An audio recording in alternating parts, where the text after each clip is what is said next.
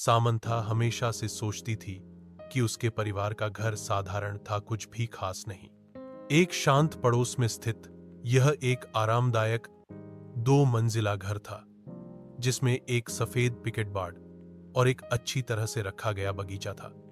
फिर भी जैसे ही वह एक दोपहर धूल भरे अटारी में घूमते हुए उसकी नजर कुछ असामान्य चीज पर पड़ी। दूर कोने में भूली हुई पेटियों के ढेर के नीचे उसने फर्श के तख्तों के नीचे छिपा हुआ एक संकीर्ण दरवाजा देखा।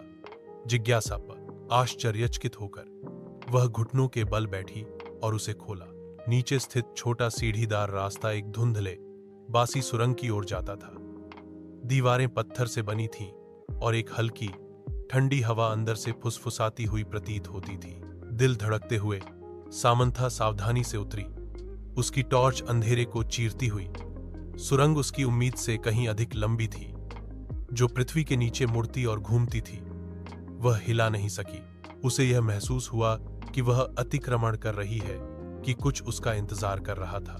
लगभग अनंत काल के बाद सुरंग अंततः एक छिपे हुए कमरे में खुल गई। दीवारें पुरानी किताबों की अलमारियों से भरी थीं, अजीब चमड़े से बंधे संस्करणों से भरा हुआ। कमरे के केंद्र में एक पुराना डेस्क धूल भरे कागजात और पत्रिकाओं से घिरा हुआ था। जैसे ही सामंथा दस्तावेजों को पढ़ रही थी, उसके हाथ कांप रहे थे। रिकॉर्ड डीएस ने मना किए गए अनुष्ठानों और गुप्त समाजों की बात की। उसके परिवार का नाम बार बार उल्लेख किया गया। जितना गहरा उसने पढ़ा, उतना ही उसे एहसास हुआ कि उसके परिवार का इतिहास गहरे रहस्यों से जुड़ा हुआ था। रहस्य डीएस दफन रहने के लिए था।